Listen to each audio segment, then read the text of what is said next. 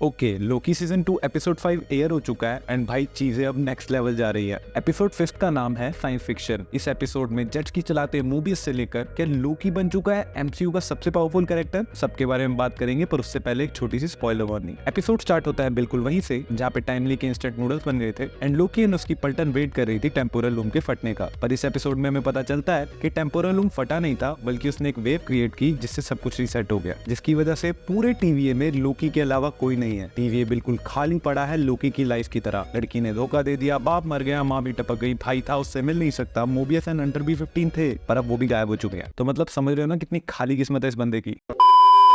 खैर, लोकी का खालीपन उसे हिट कर ही रहा होता है कि उससे पहले उसे टाइम स्लिप हिट कर देता है, जो इस एपिसोड में प्रॉब्लम से ज्यादा चीजों का सोल्यूशन था। पहले टीवी के अंदर ही लोकी आगे पीछे कर रहा होता है टाइम में एंड उसी के साथ शुरू हो जाता है टीवी का खत्म टाटा बाय बाय, जैसे टाइमली का हुआ था फुल चाउमीन स्टाइल में। एंड इसी के साथ लोकी फिर टाइम स्लिप कर जाता है एंड टाइम स्लिप करने से पहले वो टीवी की एक गाइड बुक अपने पास रख लेता है, बिकॉज व्हाई नॉट। तुम छोड़ दोगे ऐसी कोई बुक जिसमें समय को कंट्रोल करने का ज्ञान हो? बताओ।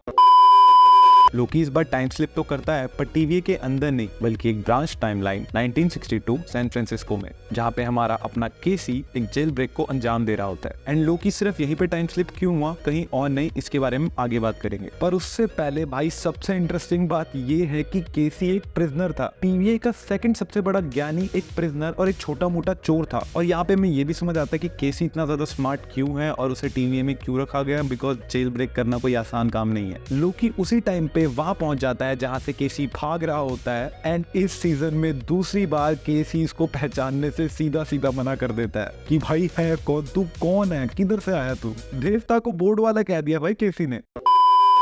इतनी बेइज्जती करा के लोकी को कुछ समझ नहीं आता है, पर टाइम स्लिप को समझ आ जाता है कि तेरी कोई इज्जत नहीं है, निकल यहाँ से। जहाँ इस बार लोकी एक के बाद एक न्यू टाइमलाइंस में बैक टू बैक शिफ्ट होता है एंड हमें दिखता है बीच में हंटर B15 का यूनिवर्स। हंटर B15 न्यूयॉर्क से बिलोंग करती है एंड यस, ये भी एक ब्रांच टाइमलाइन है, ईयर 2012। इसी टाइम पे अंगारे बने शोले मतलब एवेंजर्स 1 आई थी एंड उसके सारे इवेंट इसी टाइम पे टेक प्लेस करते हैं। पर यहाँ पे शायद एवेंजर्स एक्सिस्ट नहीं करती, बिकॉज यहाँ पे 2012 में जो अटैक हुआ था वो कोई छोटा मोटा अटैक नहीं था और इनमें से कोई भी इतना डिस्टर्ब नहीं लग रहा है कि इन्होंने ऐसा कोई बड़ा अटैक अपनी लाइफ में एक्सपीरियंस किया है। बहुत हाई चांसेस है टोबी एंड एंड्रयू के यूनिवर्स की तरह इस यूनिवर्स में भी एवेंजर्स एग्जिस्ट ही नहीं करते। जहां लोकी यहाँ भी नहीं रुकता और पहुंच जाता है सीधा क्लीवलैंड 2022 एक ब्रांच टाइमलाइन में। एंड हमें फाइनली इस एपिसोड का सबसे बड़ा मनी शॉट दिखता है मोबियस, वो भी एक जेट स्की के साथ चलाते हुए दिखा देते तो और मजा आ जाता, पर भाई फैन सर्विस के हिसाब से थैंक यू सो मच। लोकी उसको कन्विंस करने की कोशिश कर रहा होता है कि मैं हूँ तेरा बेस्ट फ्रेंड, मुझे मान अपना बेस्ट फ्रेंड, बट ये नहीं हो पाता। लोकी एंड मोबियस बात कर ही रहे होते हैं, पर उसी के बीच में लोकी अगेन टाइम स्लिप कर जाता है एंड इस बार पहुंच जाता है ओबी की टाइमलाइन में, जो अगेन एक ब्रांच टाइमलाइन है 1994 कैलिफोर्निया, जिससे ये कंफर्म हो जाता है कि टीवी में जितने भी लोग थे वो सारे के सारे वेरिएंट्स थे एंड वो सारे के सारे ब्रांच टाइमलाइन में एग्जिस्ट करते थे। एंड इस टाइमलाइन में हमारा ओबी एक राइटर है एंड भाई अपने स्ट्रगल फेस में चल रहा है, बिकॉज जबरदस्ती लोगों को बुक चिपका रहा है पर बिक नहीं रही। साथ में ओबी ने फिजिक्स वगैरह में भी कुछ उखाड़ रखा है, तो भाई ये बंदा राइटर ही एंड फिजिक्स में भी कुछ कर ही रहा है। ये अपनी सारी बुक्स एक जगह से उठा के दूसरी जगह रख ही रहा होता है, पर उससे पहले लोकी इसके सामने अपेयर हो जाता है, जहाँ लोकी अब फिर से सोचता है कि भाई इसको सब कुछ बताना पड़ेगा, पर ओबी इस बार उसे पहचान लेता है। मतलब पहचानता नहीं है, काइंड ऑफ बस जलील नहीं करता। लोकी पूरा स्यापा बताता है ओबी को कि भाई ये चल रहा है, तो ओबी कहता है कि भाई देखो तुम्हें पहले टाइम स्लिप पे कंट्रोल करना पड़ेगा तभी कुछ हो सकता है। पर अनफॉर्चुनेटली लोकी अपनी टाइम स्लिप पे कंट्रोल नहीं पा पाता। पर एक चीज अच्छी हो जाती है एपिसोड के स्टार्टिंग में, जो गाइड बुक लोकी ने अपने पास रखी थी वो ये ओबी को दे देता है, उससे बोलता है कि भाई टेम्पर्ड बना। पर बिकॉज किंतु परंतु लोकी ने अपनी किस्मत किसी कमाल के बंदे से लिखवाई है, जिसकी वजह से वो फिर से टाइम स्लिप कर जाता है। इस बार फिर पहुंच जाता है वो मोबियस के पास, जहाँ मोबियस उसे ATVs बेचने की कोशिश करता है, पर लोकी कहता है शट अप, तुम आ रहे हो मेरे साथ वरना मैं तुम्हें चक लूंगा। यहाँ पे लोकी की धमकी कंप्लीट नहीं हुई होती, उससे पहले ओबी आके यहाँ पे इन्हें धप्पा कर देता है, जिसने टेम्पर्ड बना लिया सिर्फ 18 महीने में। एंड एक डिवोर्स भी लगा साथ में, बिकॉज बीवी छोड़ के चली गई।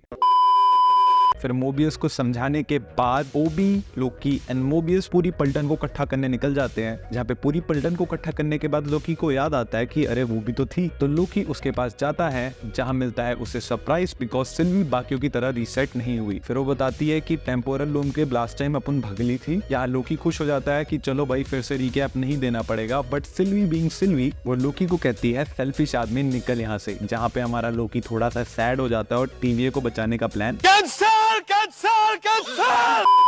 उसके बाद लोकी अपनी पूरी पलटन को वापस घर भेज ही रहा होता है, पर उसी टाइम पे सिल्वी का पूरा यूनिवर्स खत्म, पूरी ब्रांच टाइमलाइन खत्म हो जाती है एंड सिल्वी उड़ के आ जाती है लोकी के पास कि भाई तू सही था, आई एम सॉरी, मैं पागल हूँ। जहाँ सब फिर टीवीए को बचाने के लिए रेडी हो जाते हैं, पर उसी वक्त जिस ब्रांच टाइमलाइन में वो होते हैं वो भी कोलैप्स होनी स्टार्ट हो जाती है, जिसमें सारे ब्रांच टाइमलाइन एंड उनके कैरेक्टर इंक्लूड पूरी पलटन एक्सेप्ट लोकी वहां पे सब डिसअपियर हो जाते हैं। एंड आफ्टर दैट लोकी की गंदी बैंड बज जाती है, जिसकी वजह से गलती से वो अपने टाइम स्लिप को कंट्रोल कर लेता है एंड देन ही अंडरस्टैंड कि टाइम स्लिप को कंट्रोल करने का तरीका उसके दोस्तों में ही छुपा हुआ है। जहां टाइम स्लिप करते हुए भी लोकी सिर्फ उसी टाइम पे जा रहा था जहां पे उसके दोस्त एग्जिस्ट करते थे, वरना वो कहीं भी जा सकता था, बिकॉज उसका दिमाग उस वक्त उन लोगों के बारे में सोच रहा होता है एंड तभी वो उन जगहों पे जा रहा होता है। ये चीज समझते ही लोकी को समझ आ जाता है कि अब ये पावर मेरे कंट्रोल में है and now I can rewrite everything. And लोकी चले जाता है उसी टाइम पे जहां पे सब कुछ खत्म हुआ था। अब उसके पास एक और मौका है सब ठीक करने का and yes because of this timely मरने से बच चुका है एंड अब भाई वो कुछ भी कर सकता है। Episode 5 is insane. Her episode के साथ इस सीरीज का लेवल बढ़ता ही जा रहा है एंड अब हम इस सीरीज के एंड पे खड़े हैं। बाकी तुम बताओ कमेंट्स में तुम्हें क्या लगता है लोकी की अपनी एवेंजर्स टेम्पोरल लूम को ठीक कर पाएगी और इस सब के बीच में टाइमली का क्या रोल होगा। बाकी आज की वीडियो अच्छी लगी तो चैनल को कर दो सब्सक्राइब, वीडियो को मार दो एक लाइक एंड मैं मिलता हूँ तुमसे किसी और वीडियो में। तब तक के लिए bye bye, Clumsy Geek signing of.